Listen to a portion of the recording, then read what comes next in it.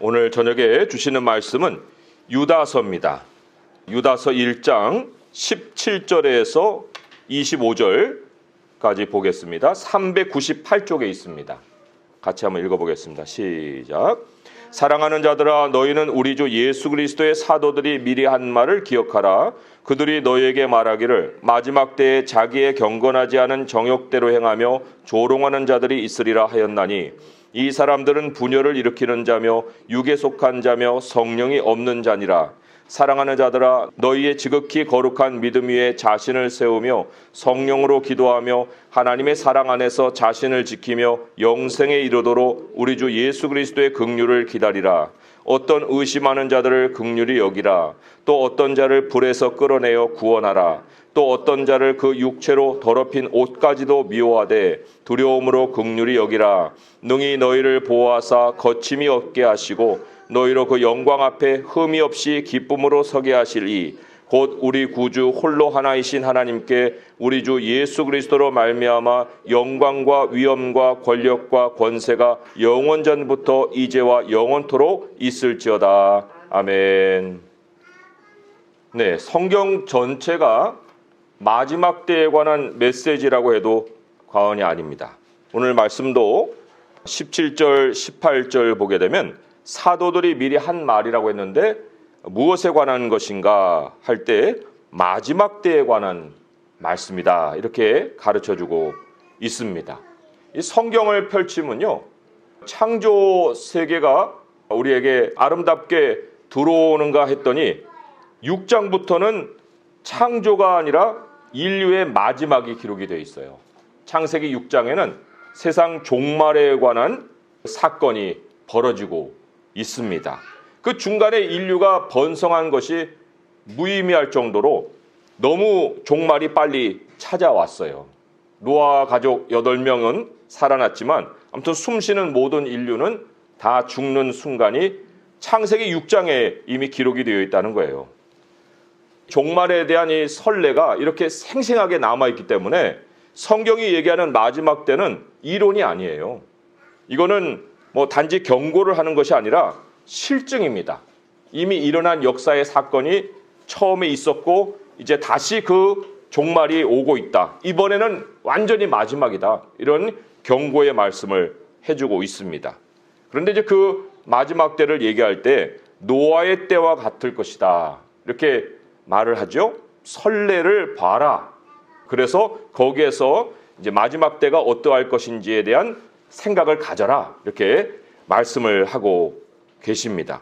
그래서 오늘 이 말씀조차도 우리에게 종말에 대한 것을 가르쳐 주는 것은 성경 전체의 메시지가 종말을 향해 모든 것이 초점이 맞춰 있기 때문이다, 그런 얘기입니다. 이런 시각으로 우리가 이제 성경을 보게 되면 어떻게 우리가 현세의 복에 매몰될 수 있어요? 그럴 수 없습니다. 현세의 복이라고 하더라도 그것도 앞날을 준비하게 해주시는 하나님의 손길이지 그 자체에서 모든 의미를 갖는 것이 아닙니다. 그렇다고 할 때 나는 도대체 마지막 때에서 얼마나 그것에 관해 알고 있는가, 또 마지막 때에 대해서 얼마나 준비되어 있는가, 이런 거를 이제 우리가 점검해 볼 필요가 있는데, 오늘 특별히 유다서를 읽어보셨지만 잠깐 읽은 중에 여기서 발견해 볼 수 있는 것이 이 시대의 노아 방주의 매뉴얼도 같다. 왜냐하면 17절에서 19절을 잠깐만 보게 되면 그것은 멸망하는 자들에 대한 메시지입니다. 노아 방주 밖에서 먹고 마시고 시집가고 장가가고 그런 사람들을 17절, 18절, 19절에서 말씀을 하고 있어요. 또 20절에서 21절을 보게 되면 방주 안에 있는 자들이다, 이렇게 또 내용 정리를 해볼 수가 있습니다. 그리고 하나 특이한 것은 22절, 23절에 보게 되면 또 다른 부류의 사람들이 나오는데 이 사람들을 누구에게다가 비유할 수 있냐면은 롯에게다 비유할 수 있습니다. 소돔과 고모라가 이제 불로 멸망하잖아요. 그런데 그 불로 멸망하기 직전에 끄집어내오는 사람들이에요. 극적으로 심판을 벗어나는, 극적으로 세상의 멸망을 탈출하는 그 사람들.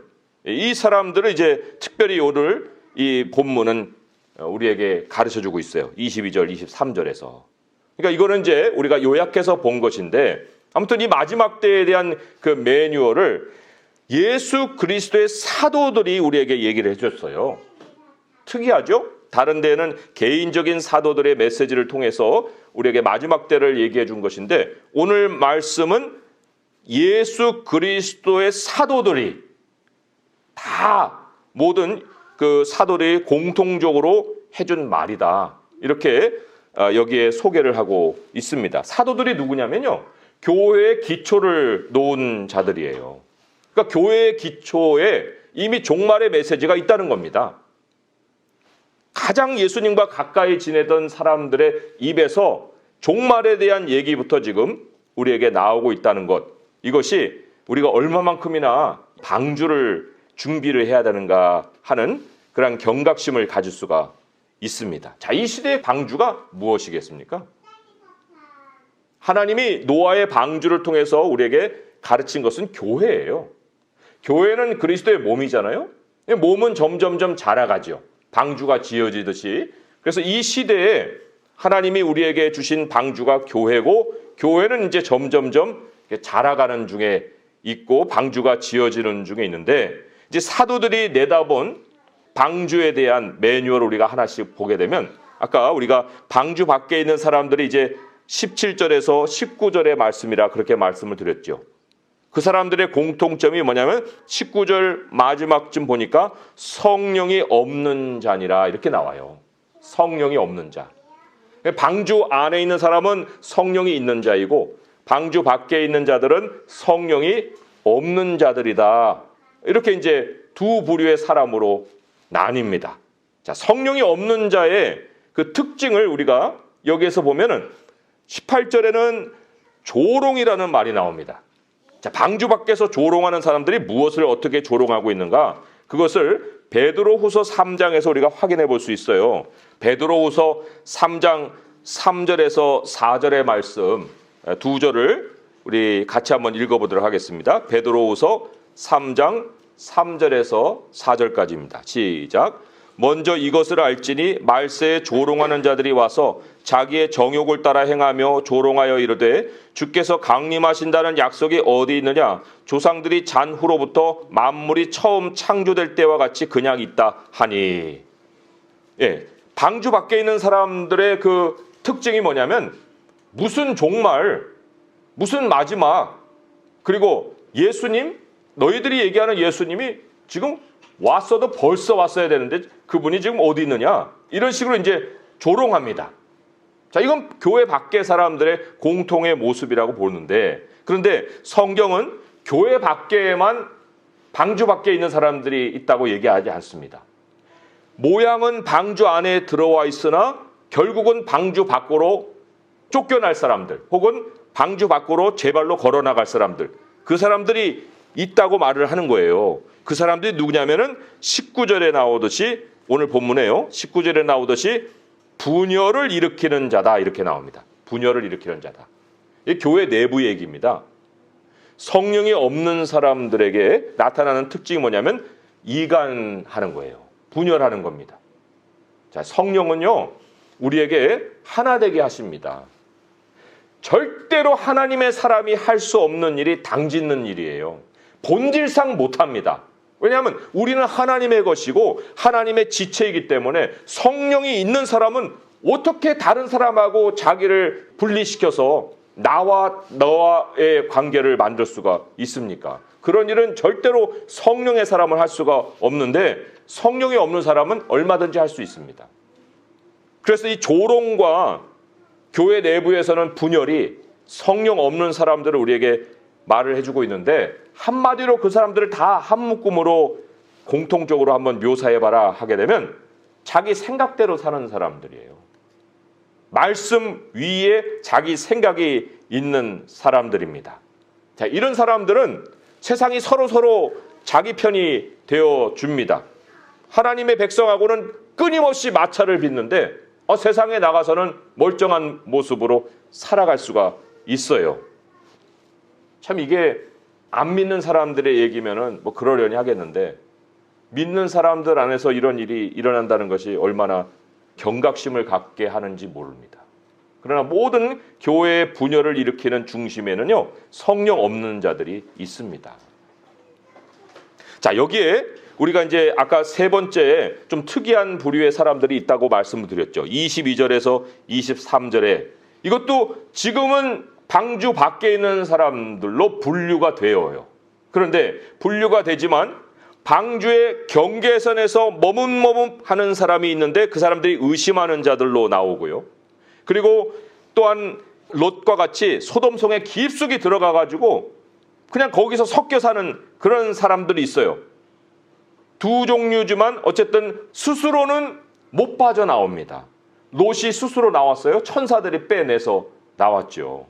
이런 사람들에 대해서 하나님이 우리에게, 우리 믿는 백성에게, 성령이 있는 사람들에게 그 사람들 빼내라 하고 사명을 주십니다. 그 사람들 끌어내야 될 사명이 우리에게 있다는 거예요. 그런데 여기서 가장 핵심이 뭐냐면 그 사람들을 끌어낼 수 있는 방법이 뭐냐 그죠? 방법이. 우리도 지금 막 교회 안 나오는 많은 믿는 사람들 보면서 가나안 성도라고 하면 많이 답답하잖아요. 도대체 그 사람들 어떻게 교회로 나오게 할까? 뭐 찾아가서 왜 교회 안 나옵니까? 교회 나와야지. 멀쩡히 교회 잘 나오다가 왜 지금 안 나와가지고 그렇게 고생을 합니까? 이런 식으로 사실 우리가 얼마든지 얘기해 볼 수가 있는데, 그런데 잘못하다가는 이제 그게 그 사람을 이제 비난하는 말이 될 수도 있고, 또 비판하는 말이 될 수도 있고, 또 정죄하는 말로 우리가 그 사람에게 말을 건넬 수도 있거든요. 그런데 오늘 말씀을 보니까 그런 사람들을 끌어낼 수 있는 방법이 긍휼로 소개가 되고 있어요. 긍휼히 여겨라. 그죠? 또 23절에도 보게 되면 그 사람들을 불에서 끌어내어 구원하라. 또 어떤 자를 그 육체로 더럽힌 옷까지도 미워하되 두려움으로 긍휼히 여겨라. 이렇게 나옵니다. 긍휼. 우리가 그 사람들을 향해서 마음을 가지고 있다는 것을 그 사람들에게 알려라 그런 얘기예요. 마음을 내주는 사람이 되어라. 그래야 그 사람들이 교회로 돌아온다. 지금 하나님의 말씀이 지금 그렇게 얘기를 하고 있습니다. 그런데 한 가지 우리에게 있어서 자격이 또 있어야 돼요. 그냥 긍휼히 여긴다고 그 사람들이 제 발로 걸어오는 것이 아닙니다. 여기 23절에 제가 읽었지만은 또 어떤 자를 그 육체로 더럽힌 옷까지도 우리가 미워해야 되는 거예요.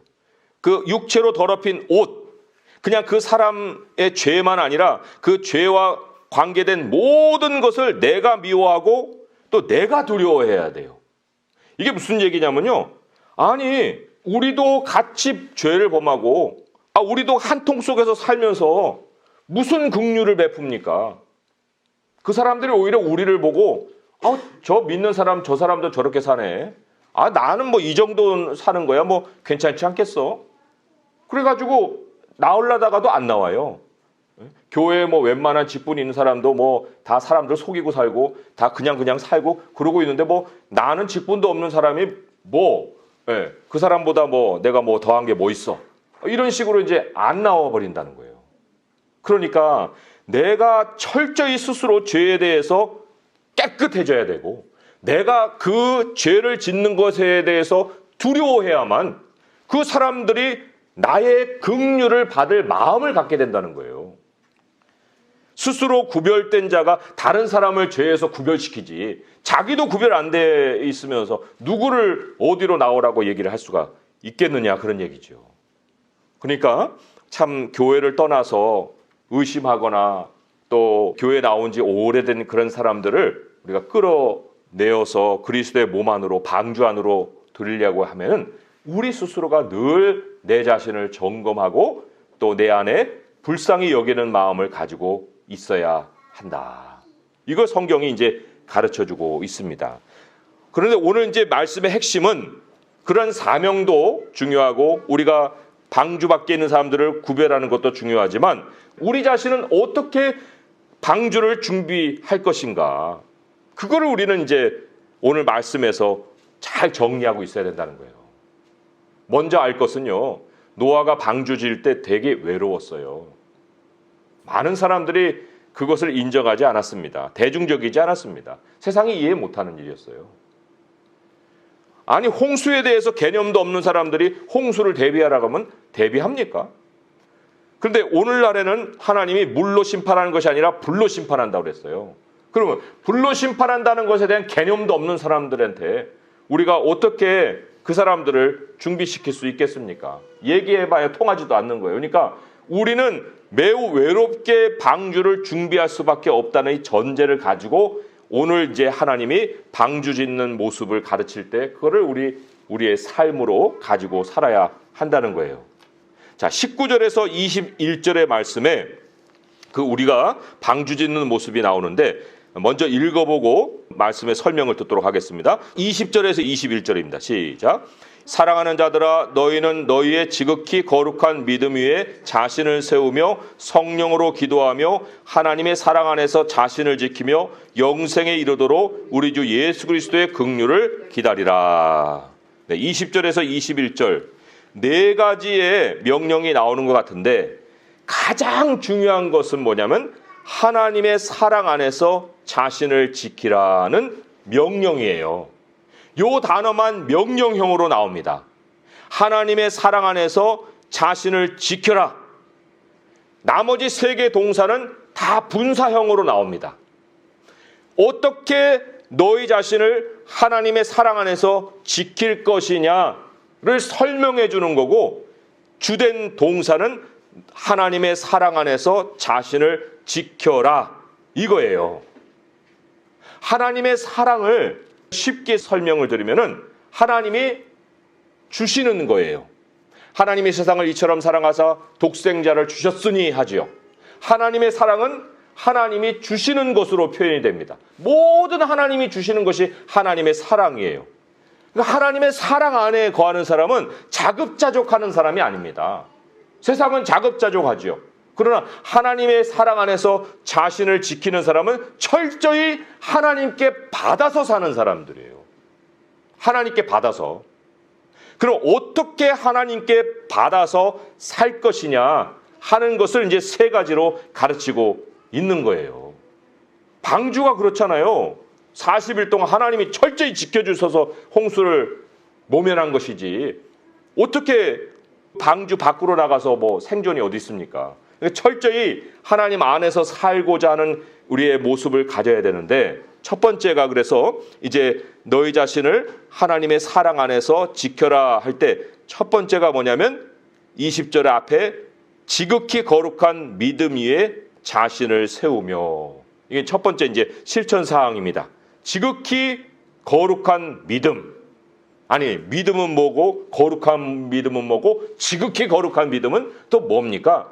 이렇게 좀 우리가 질문을 해볼 수 있어요.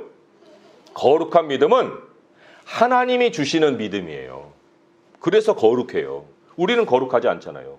하나님께로 나오는 믿음이니까 거룩인 거예요. 3절에 보면 이런 말씀 있죠. 오늘 유다서 3절에 제가 읽어드릴게요. 사랑하는 자들아 우리가 일반으로 받은 구원에 관하여 내가 너에게 편지하려는 생각이 간절하던 차에 성도에게 단번에 주신 믿음의 도, 여기 믿음의 도라고 했지만 원어는 그냥 믿음이에요. 성도에게 단번에 주신 믿음.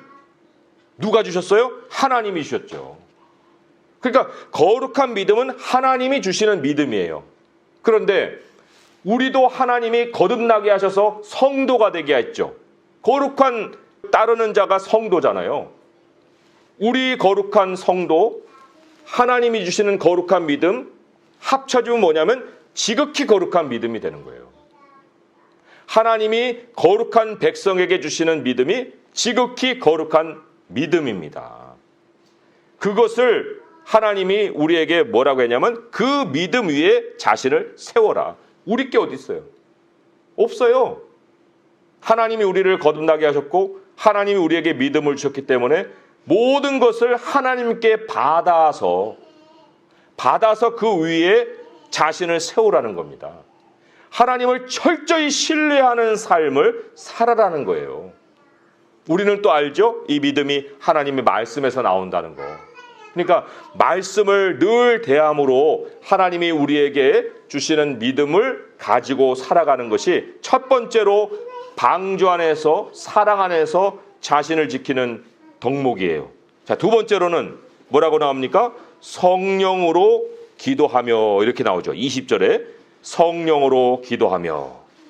성령으로 기도라는 것은요, 반대를 생각하면 어렵지 않습니다. 성령으로 기도하는 건 뭐 방언으로 기도해야 되는 겁니까? 뭐 예언해야 됩니까? 이게 아니에요.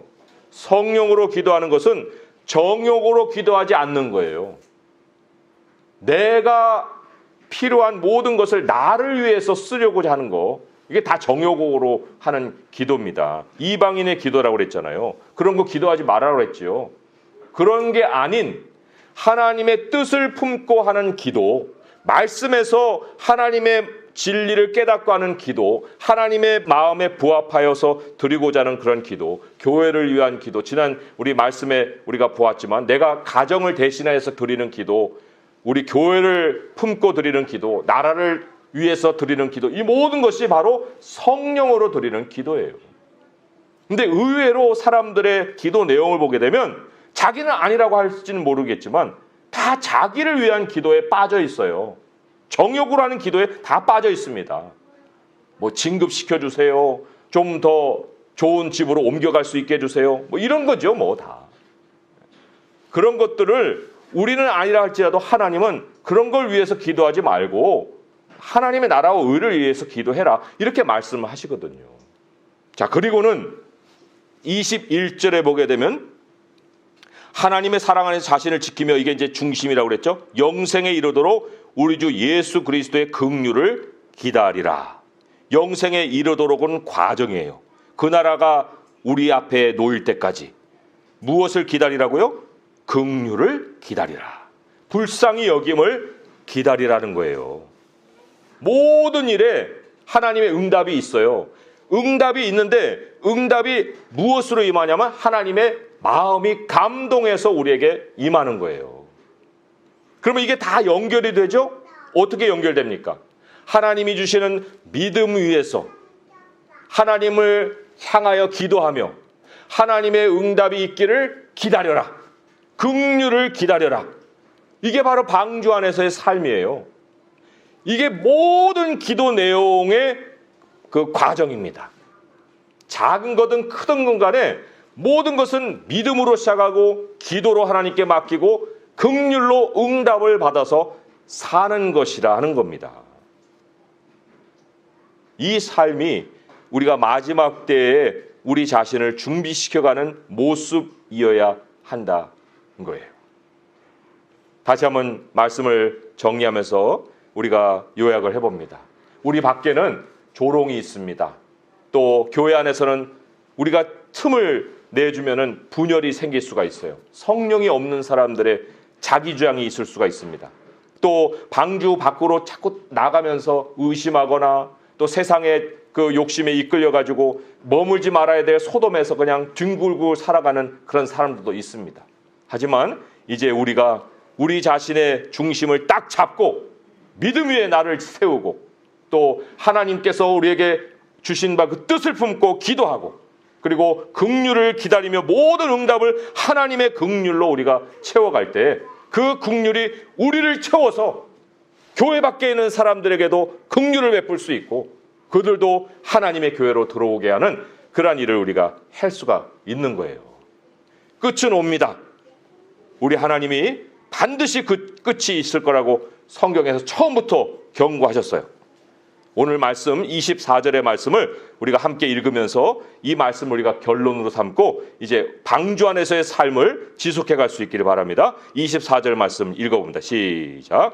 능히 너희를 보호하사 거침이 없게 하시고 너희로 그 영광 앞에 흠이 없이 기쁨으로 서게 하실 이 곧 우리 구주 홀로 하나이신 하나님께 우리 주 예수 그리스도로 말미암아 영광과 위엄과 권력과 권세가 영원전부터 이제와 영원토록 있을지어다. 아멘.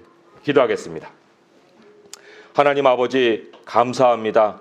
지금은 우리가 그냥 시간이 지나가는 것 같이 우리 모든 주변을 보면은 사람들도 그렇게 살아가고 있사오나 하나님은 처음부터 우리에게 마지막을 또한 대비하라고 말씀하여 주십니다.